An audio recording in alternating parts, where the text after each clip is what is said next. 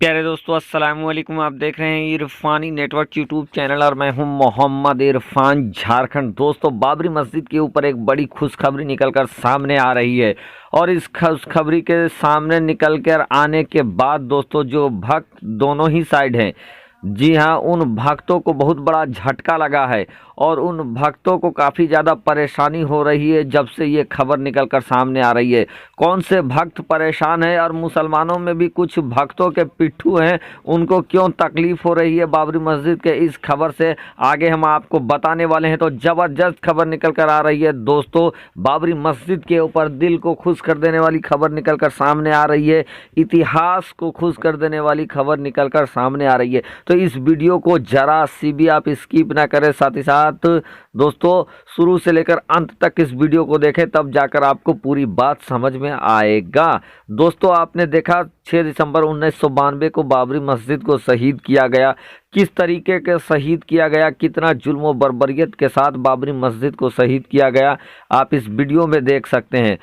शहीद करने के बाद दोस्तों, लोगों ने यहाँ तक नहीं छोड़ा कि लोगों ने बाबरी मस्जिद के ईंटें उठा उठा कर लेते गए, मलबे उठा उठा कर लेते गए दोस्तों। यानी वो हरकत हुआ जो दुनिया में कभी भी कहीं भी हुआ नहीं था। इतना जुल्म और बर्बरियत के साथ अल्लाह के घर बाबरी मस्जिद को शहीद किया गया था। और इसके बाद भारत का जो एकता था, जो हिंदू मुस्लिम भाईचारगी का जो एक संबंध बना था, वो कहीं ना कहीं तार तार हो गया। और उसके बाद दोस्तों, एक लंबे समय से बाबरी मस्जिद और राम मंदिर के बीच जिरह सुनवाई का दौर स्टार्ट हुआ। सिविल कोर्ट से लेकर हाई कोर्ट तक और हाई कोर्ट से लेकर सुप्रीम कोर्ट तक बहस व मुबाहिसा में दिन गिनते गए, बढ़ते गए, बढ़ते गए, बढ़ते गए। गालिबन 30 सालों के बाद, 28 से 30 सालों के बाद बाबरी मस्जिद के ऊपर टाइटल सूट के ऊपर फैसला आया, जिसमें मंदिर की ज़मीन को दे दिया गया, गैर मुस्लिमों को और मुसलमानों को अलग जगह पर मिला है ज़मीन। ये खबरें आप तक पहुंच चुकी है, इसके बारे में आप जानते हैं। दूसरा इसी से जुड़ा हुआ खबर दोस्तों, जिस तरीके के बर्बरियत के साथ, जिस तरीके के जुल्म सितम के साथ दोस्तों इस पूरे मस्जिद को तोड़ा गया था, इस मस्जिद को तोड़े जाने के बाद कुछ लोगों को सीबीआई कोर्ट ने आरोपी भी बनाया था और उस पर भी लगभग 28-30 सालों तक केस चलता रहा, जिसमें भारतीय जनता पार्टी के बड़े बड़े दिग्गज कद्दावर नेता शामिल थे। लाल कृष्ण आडवाणी का नाम उन्हीं में था, मुरली मनोहर जोशी उसी फहरिस्त में थे, साक्षी महाराज उसी फहरिस्त में थे, उमा भारती उसी फहरिस्त में थी और इन सब के ऊपर केस चल रहा था। और इस सब के ऊपर जो फैसला आया वो भी एक अनोखे अंदाज में आया दोस्तों, जबकि मुजरिम ये मान चुके थे कि वो दोषी हैं। मुजरिम ये तय कर चुके थे कि जैसे ही हम लोगों को गिरफ्तारी का वारंट निकलेगा, वैसे ही हम जमानत के लिए अर्जी दाखिल कर देंगे। लेकिन दोस्तों, कोर्ट में क्या होता है आपने देखा, और एक आश्चर्यचकित कर देने वाला, भारतीय इतिहास में अंकित हो जाने वाला एक फैसला आया, जिसमें इन तमाम दोषियों को बरी कर दिया गया, ये कहते हुए कि इनके लिए पर्याप्त सबूत नहीं है, इनके लिए इनको मुजरिम ठहराया जाए, इसके लिए गवाह दलील पुख्ता नहीं है। जबकि मुजरिम उसी इंसाफ की मंदिर न्यायालय के प्रांगण में खड़े होकर कह रहे थे कि हमें गर्व है कि हम लोगों ने मंदिर को तोड़ा था।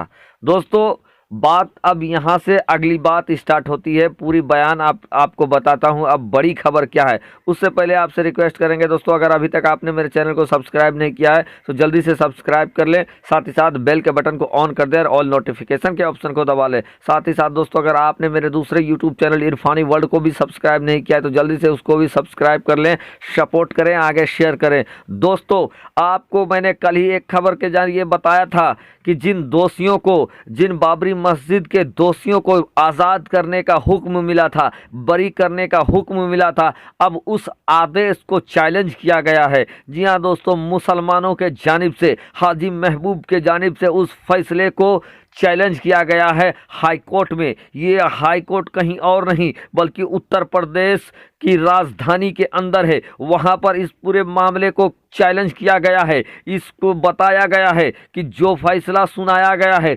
उससे हम कहीं ना कहीं असंतुष्ट है, मुसलमानों में रोष है, मुसलमानों में असंतोष है, तो इसको फिर से सुना जाए।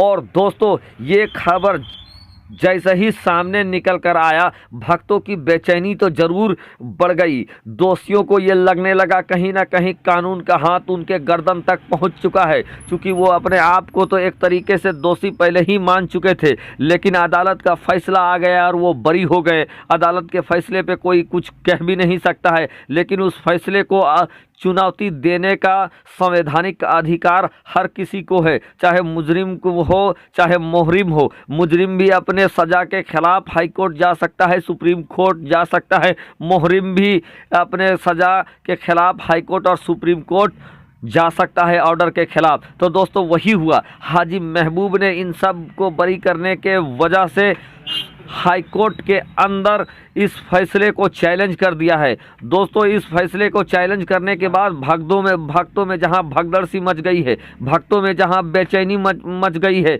वहीं कुछ मुसलमान भी हैं, वो अब ये बकते हुए फिर रहे हैं कि अब इस फैसले को चैलेंज करने का क्या फ़ायदा है, अब इससे कुछ हासिल नहीं होगा। दोस्तों चाहे हासिल हो या ना हो, लेकिन अगर आपका बच्चा मुस्तकबिल में आपसे अगर ये सवाल करे कि जब बाबरी मस्जिद को शहीद करने वालों को बरी कर दिया गया था और बरी करने के बाद आपके पास ये ऑप्शन था कि उस फैसले को आप हाई कोर्ट में ले जाते, उस फैसले को आप सुप्रीम कोर्ट में ले जाते और प्रयास करते, सफलता और असफलता तो अल्लाह तबारक व ताला के दस्त में है। अल्लाह तबारक व ताला जिसको सफल बनाए या जिसको छोड़ दे, लेकिन आपने वो कोशिश क्यों नहीं किया? आपको तो कम से कम कोशिश करना चाहिए। आप तो ये प्रयास करते कि जिन लोगों ने अल्लाह के घर को निस्तो नाबूद कर दिया, जिन लोगों ने अल्लाह के घर बाबरी मस्जिद को रेजा रेजा किया, उनको आप सजा देने के प्रयास जरूर किए थे। तो दोस्तों कम से कम सब इतिहास में मुस्तकबिल में होने वाले ये सवाल से तो आप बच सकते हैं। अगर फैसला अगर हक में आया तो भी सही, अगर फैसला हक में मुसलमानों के हक में नहीं भी आया तो भी सही, लेकिन आप अपनी तरफ से ये प्रयास करके, हाजी महबूब ने जो प्रयास किया है उससे ये तो साबित हो गया है कि मुसलमानों ने कोई कोरो कसर नहीं छोड़ा था।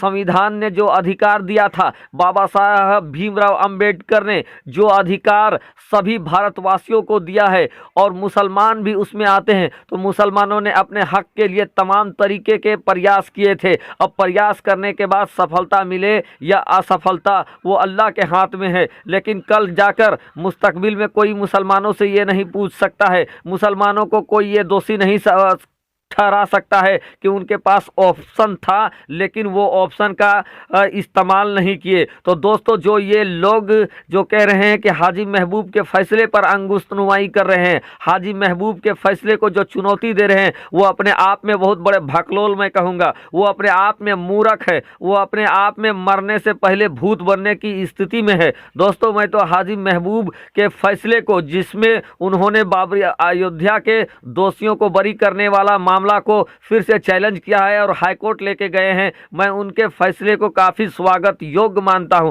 अब दोस्तों आप बता दें, आपके नज़र में हाजी महबूब ने जो ये मामला को हाई कोर्ट लेते गए हैं और हाई कोर्ट में चैलेंज किया है, इस मामले को आप क्या मानते हैं? इसको सही मानते हैं, गलत मानते हैं? क्योंकि हो सकता है अकेला इरफान कहे तो गलत हो जाए, अकेला इरफान खड़ा हो तो गलत हो जाए, लेकिन अगर आप एक बहुत बड़ी तादाद आप लोगों की है, अगर आप सही और गलत में अगर आपने मोहर लगा दिया, अगर आपका भी ये राय है कि हाजी महबूब ने जो किया है वो बिल्कुल सही किया है, हाजी महबूब ने जो प्रयास किया है वो बिल्कुल दुरुस्त किया है, तो लोगों को ये लगेगा कि नहीं, कहीं ना कहीं हाजी महबूब के साथ हम लोगों को भी खड़ा होना चाहिए। और अगर आपका ये राय रहा कि हाजी महबूब ने इस समय जो बात कहा है वो गलत है, इस मामले को अब बंद कर देना चाहिए, तो सबको लगेगा कि ये मामले को अब सही में नहीं उठाया जाना चाहिए। तो दोस्तों आपकी राय क्या है, आप अपनी प्रतिक्रिया जरूर पेश करें ताकि आगे इस वीडियो को शेयर किया जा सके और इससे मिलता जुलता कोई और दूसरी वीडियो आप तक पहुंचाया जा सके। दोस्तों अभी तक आपने मेरे चैनल इरफानी नेटवर्क को अगर सब्सक्राइब नहीं किया है तो जल्दी से सब्सक्राइब कर लें, साथ ही साथ बेल के बटन को ऑन कर दें, ऑल नोटिफिकेशन के ऑप्शन को दबा लें। शुक्रिया, आदाब, आपका छोटा भाई मोहम्मद इरफान, झारखंड।